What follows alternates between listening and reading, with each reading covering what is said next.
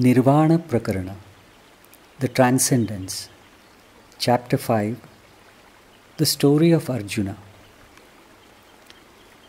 In the stillness and quietude of the night, the only sound was that of a rustle of thin curtain swaying in the gentle cool breeze. The stars could be seen adorning the dark and clear desert sky. The royal sentries had worn these soft shoes so as not to create any sound as they walked to and fro while guarding the palace, for their master and king Ibrahim was a very light sleeper. And necessarily so, for he was a just and a kind king who was all the while interested in the welfare of his subjects. It was past midnight, and Ibrahim was in deep sleep. There was sound of footsteps on the terrace of the palace. Ibrahim was disturbed and asked with a little annoyance, "Who is there?" "Do not get disturbed. My camel is lost and I am searching for it." Ibrahim laughed and said, "You madman, get down. Camels never get lost on the roof of a palace. Go home." But then he could not sleep anymore. Contemplative that he was, Ibrahim started thinking that maybe the man was not mad after all. Maybe he wanted to convey something symbolically, for the words, "Do not get disturbed," had a soothing influence on him. Moreover, the search for the lost camel on the terrace of the palace appeared to have a message for him. Next day, Ibrahim gave instructions to his officers to find the man, as he wanted to know whether the man was really mad or a man of God. He described the voice as he had heard only the voice, but they could not find him. By evening, there was commotion at the gate. A fakir or a beggar appeared near the gate and asked the sentry to allow him to stay in the sarai, the inn, for a few days. The sentry was refusing him by telling him that it was not a sarai but the palace of a king. The fakir insisted that it was one, and travelers come and spend a few days there. When the sentry refused that it was the palace of the king, the fakir said that he would talk to the king, who appeared to be a foolish man. When Ibrahim summoned the fakir and heard what the beggar had to say, he was angry and asked him to clarify. The fakir said, "Listen, I had come here before, and then someone else was sitting on this throne. He too was a foolish man as you are, as he thought that this was his residence. Now you too are doing the same by thinking that it is yours. Do not behave like an uncultured man. The person whom you met was my father. Now he is dead." The fakir said smilingly, "I tell you, I'll come again and not find you here. Someone else will be here. He may be your son, who will claim that this palace to be his residence. What kind of palace is this? People come and go. That is why I call this a traveler's inn." Ibrahim recognized the voice. It was the same voice he had heard on the terrace the previous night. The king said, "Then you are the madman looking for his camel on the roof." The fakir said, "Yes, I am the same madman. And you are not sane either. If you are looking for yourself in the riches, power, name and fame, then you too are looking for a camel on the roof." The king came down from the throne and said to the fakir, "You stay in this sarai. I am leaving it now. All along I had the impression that this was my home. If it isn't my home, then I must go and search for my home before it's too late." Ibrahim became a mystic in his own right. Most of us are all the while searching for our camels on the roof. We sow the seeds of thorny bushes and expect them to give us juicy and sweet fruits. And this impossible expectation can never be fulfilled. Man is in search of fulfillment, but his every possible effort leaves him more empty. We set goals to ourselves and feel convinced that if we attain them, we'll be fulfilled.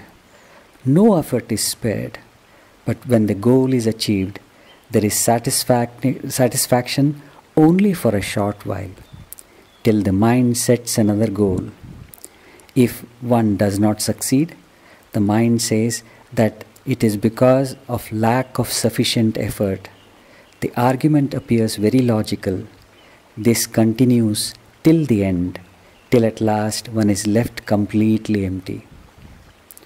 Consider a rich man. Paradoxically, the more wealth he accumulates, the poorer he feels, and so he invests more effort and time to acquire more wealth. Same is the case with power and knowledge. And actually, the emptiness felt by man is not outer but inner. No matter how hard he tries, he cannot possibly fill it, because the outer or gross things by their very nature cannot fill the inner. Things like objects of senses or wealth, which is the means for obtaining the objects, pertain to the body. Power is again outer, as it manifests in the society, and knowledge belongs to the brain, which is also gross, while the inner emptiness can be filled only by knowing the self. Until man understands this, he keeps searching for his camel on the roof, but the real trouble begins after the so-called understanding. Self-knowledge is not at all easy because of the deep fear. This is due to the fact that self-knowledge shatters the image one has created about himself.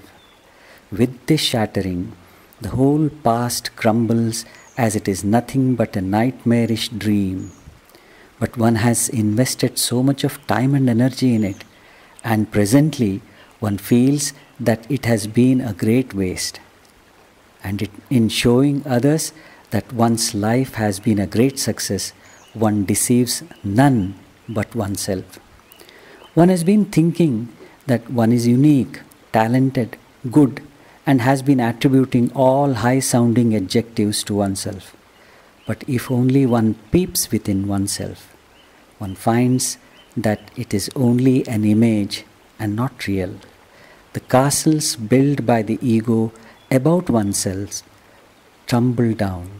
Not interested in self-destruction, the ego goes on creating more images. That is how everyone lives, creating dreams about oneself and of others. This is the fear.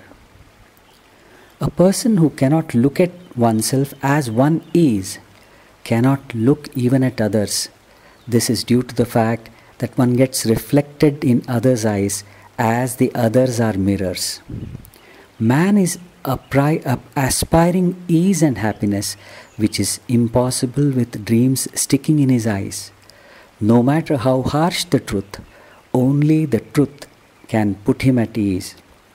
But the initial shock of exposure of the reality about oneself makes man avoid self-knowledge, and man has invented an ingenious method to avoid self-observation through myriad of occupations. When one is occupied with something, one appears to be at ease. Modern psychologists claim that left without any occupation for long period, man becomes insane. Why should an unoccupied man become insane? Because of the fact that man is insane, and the occupation only keeps him hide this fact. Since it's very difficult to observe oneself initially, if one observes the world outside, one finds that all activity is only an occupation to avoid self-observation. And if there is no occupation, then man may do something which is not needed at all. That is how The proverb, an idle mind is the devil's workshop, has been coined. Actually, the idle mind is that mind which is avoiding the inner fact because the mind or the ego does not want to observe itself. All religious thought insists on sitting without doing anything for a few hours. If one succeeds in keeping oneself unoccupied for a few hours, soon one will get enlightened.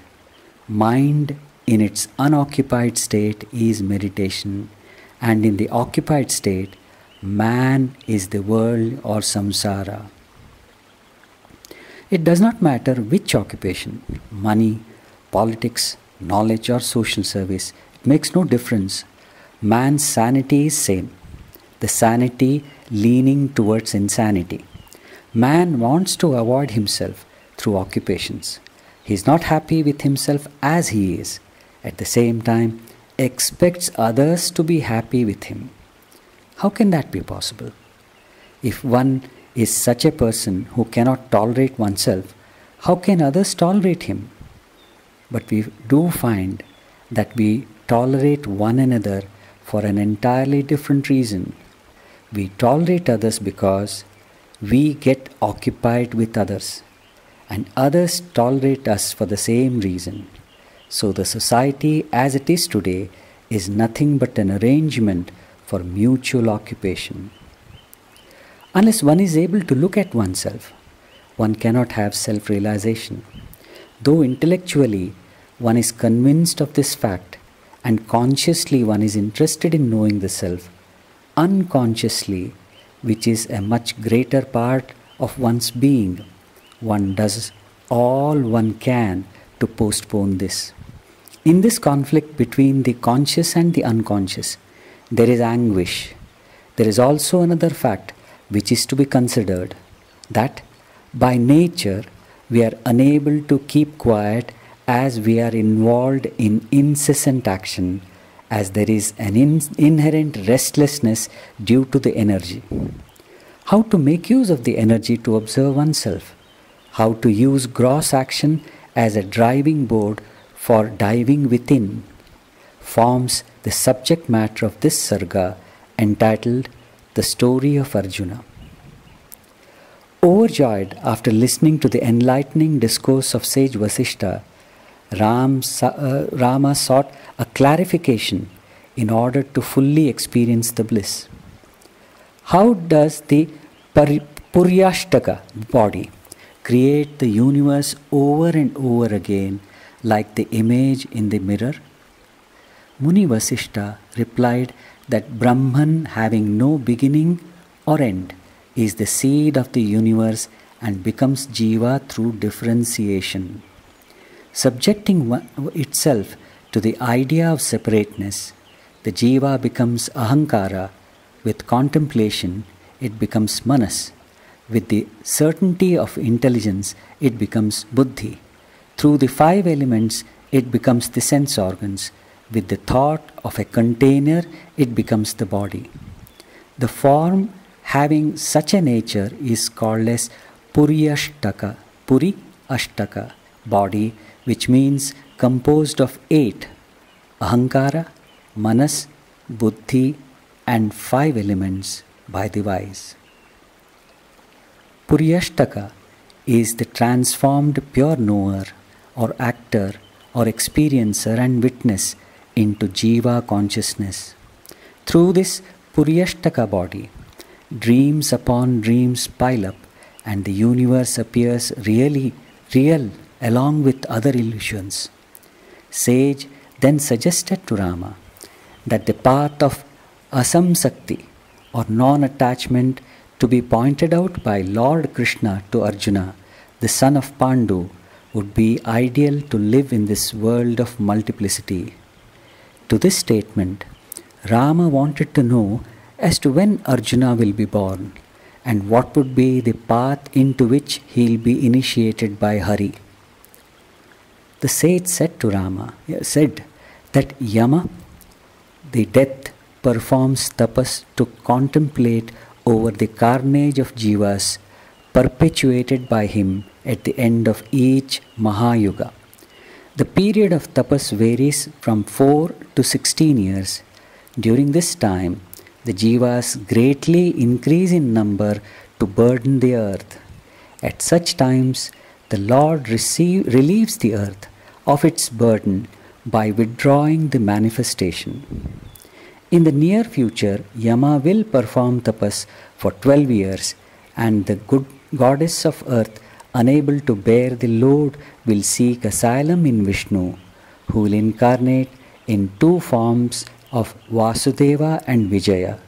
Vijaya is the name of Arjuna. Sons of Dhritarashtra, Duryodhana and others, along with their kin, will wage an unjust battle with the Pandu princes. In the battlefield, Arjuna will be overpowered by the mental conflict between compassion and sense of duty. Due to this dharma sukshma, or the inner conflict, Krishna will initiate Arjuna into jnana.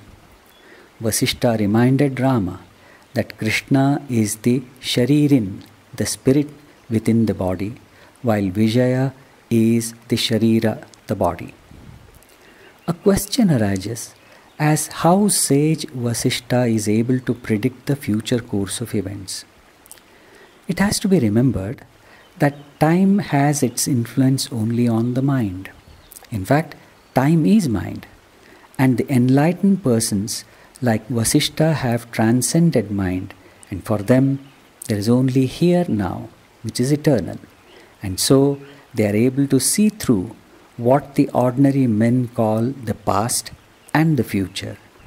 As clarified by the sage himself, the indwelling spirit is Krishna, while Arjuna is the mind ego that has tendency to suffer.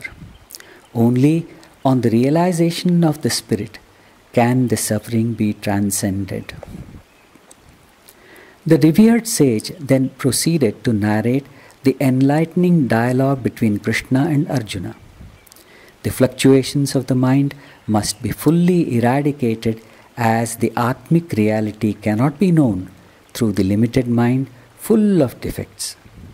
Once one identifies with the reality, one will be Sat only, which is beyond birth and death.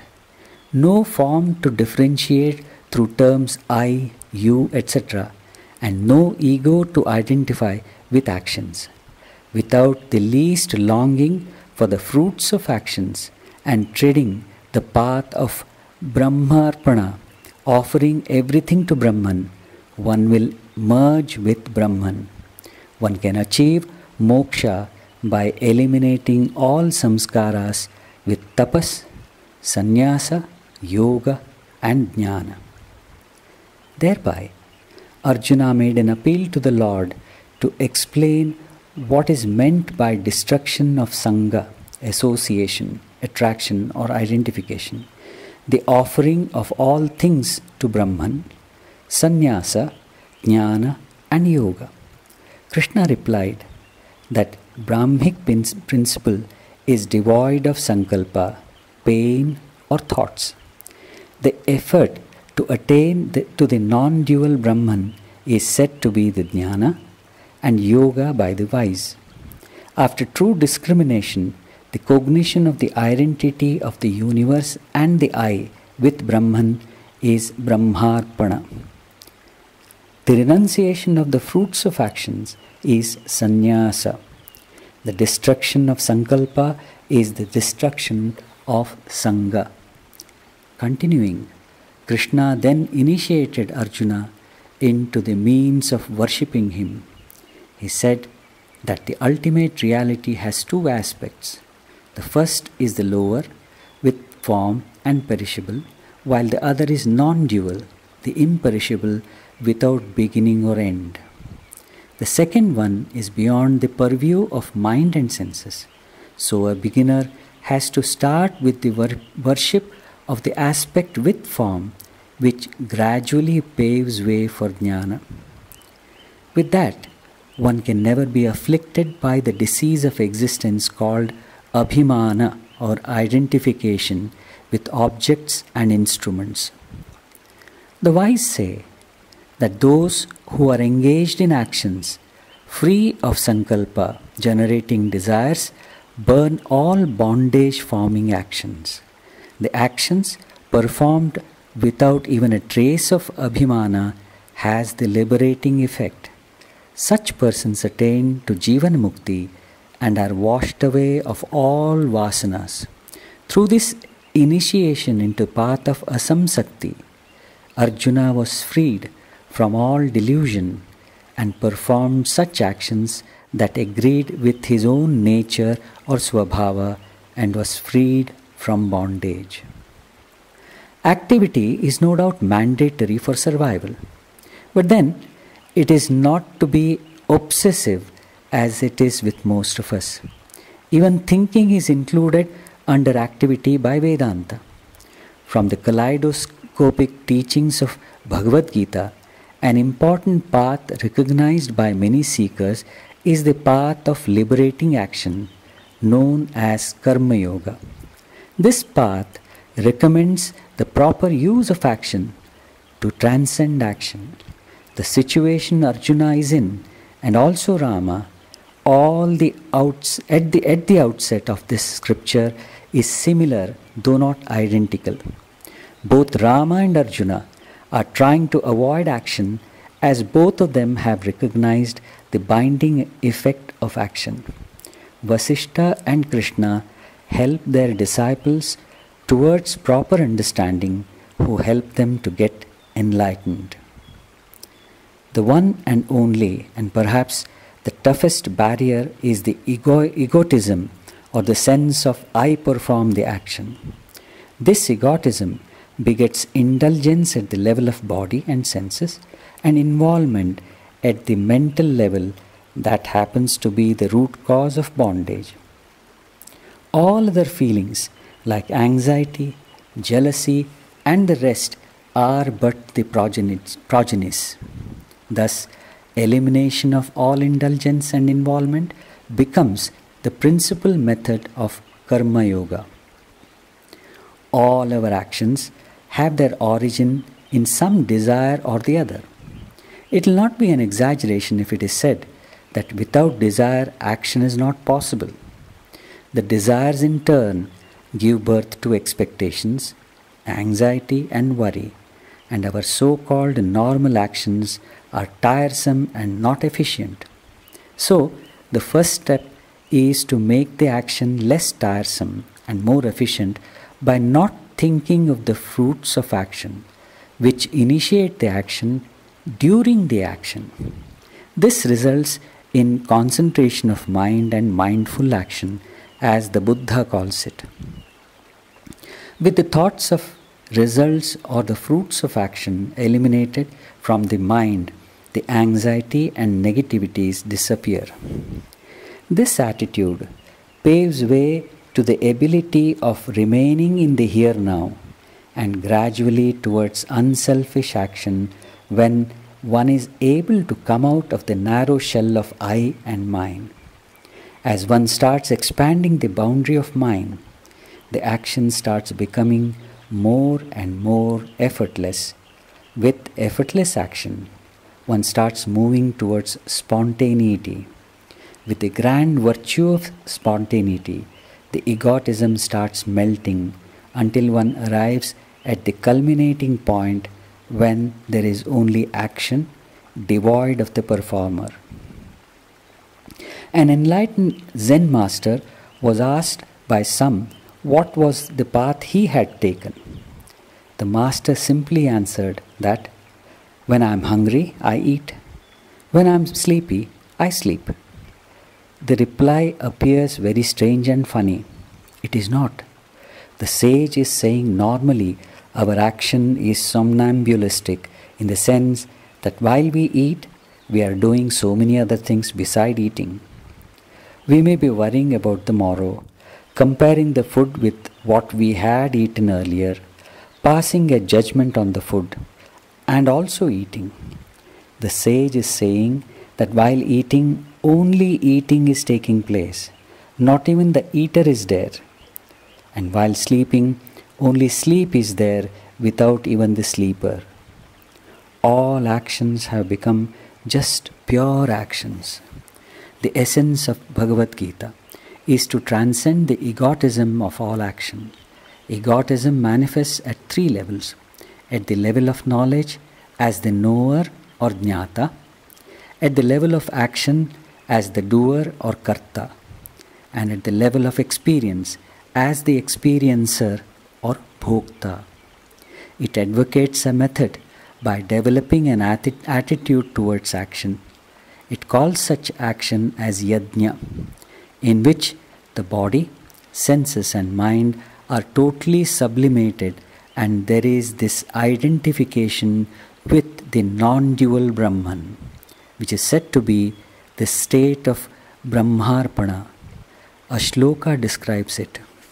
Brahmarpanam Brahmahavihi Brahmagnau Brahmanahutam Brahmaiva tena gantavyam Brahma karma samadhina. The act of offering in the yajna is Brahman. The materials offered are Brahman. The fire is Brahman. The person who does the offering is again Brahman. Remaining in the state of Brahman has to necessarily reach Brahman. Obviously, the above stage can be reached only with proper understanding of the secret of action and its practice at every moment. Spirituality has to be totally lived by making every action meditative. One has to constantly remember that one has chosen a particular way of life which does not have any place for indulgence and involvement. Such a way of life has been called as Vairagya and Abhyasa. That is why the Lord tells Arjuna of the two levels of worship. The first is the worship of the reality with form, which is at the gross level of sense, body and mind. It is mandatory that the worship should be performed through the gross actions. These actions are to be performed in the way described by the Lord when the action helps in releasing one from the egotism. The second stage is when one identifies with the non-dual, with the elimination of ahankara. It is only then when one is able to lead such a life that every action becomes a spiritual practice, every thought a meditation, and every word a prayer. Acharya Shankara describes this stage in his Shiva Manasa Puja. Atma tvam girijamati sahachara pranam shariram griham pujate vishayopabhoga rachana nidra samadhisthiti sanchara padayo pradakshina vidhi stotrani sarvo giro yadyat karma tattadakhilam shambho tavaradhanam. O Lord, you are myself. Girija, the Divine Mother, is my mind. My pranas are your followers, and my body your temple. All my sense experiences are the offerings made to you, and my sleep is a form of absorption in you. My wanderings are like the circumambulations, and my speech is the prayer offered to you. Whatever actions I perform, may it all be the worship made unto you. There is only one impediment for a seeker in achieving his goal, the ahankara or I-ness. Peculiarly enough, this ahankara exists only in human beings. The normal mind is only partially conscious, while most of it is unconscious. The small portion creates a shield called I-ness, which not only offers a shield against the external world, but also takes the mind back to total unconsciousness or animalhood. This ahankara grows with involved action. It is no doubt a necessary part of growth, but one does not need to continue to be dependent on it. As and when one starts growing, one has to drop it. action happens to be a very, if not most important aspect of life. Lord Krishna initiates us through Arjuna a method of using action to transcend action. Normally, all our actions are just occupations to avoid self-knowledge.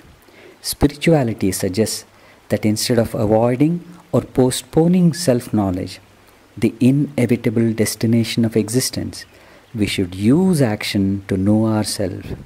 The path of jnana teaches us prajna or awareness. The path of yoga suggests the elimination of thoughts. The bhakti suggests the elimination of ego through surrender, while the karma yoga offers a way of eliminating the karta or the doership through the method of giving up the thought of the fruit of action by increasing the mindful action or action with awareness. Every possible path, either directly or indirectly, takes one towards the elimination of the puny I and subsequently helps in the identification with the cosmos. A seeker comes across another obstacle. At any stage, he may begin to feel an aversion for activity as, in his opinion, it is mundane. And any aversion is detrimental for quietening the mind. Moreover, one cannot avoid the actions which are necessary for maintaining the body. One more aversion that may crop up is towards the social obligations. But if one develops a samsakti as explained by the Lord, then one succeeds in rooting out aversion from the mind.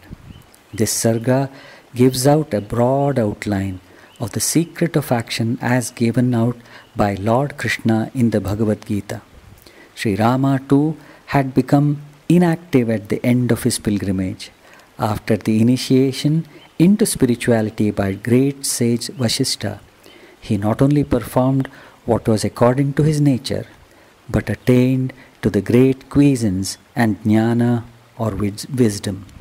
Normally, we restrict our so-called religious practice to the performance of worship or some practice like meditation for a period of half an hour or two, while the rest of the day we act as though we are not at all religious, as our action is usually towards self-forgetfulness. Zen tradition teaches meditative action rather than meditation with closed eyes, which is restricted to space and time. It suggests the seeker to transform all action into meditation by increasing the awareness. A Zen anecdote illustrates this. Somebody asked the master, Bokoju, "We have to dress and eat every day.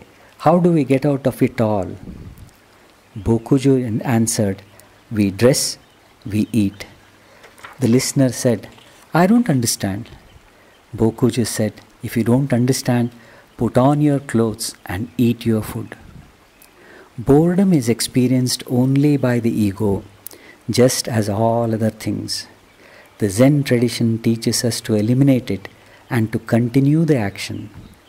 For one who has succeeded in eliminating the ahankara, every moment is fresh, like a dewdrop sliding on a blade of grass or the reflection of the rising sun on it.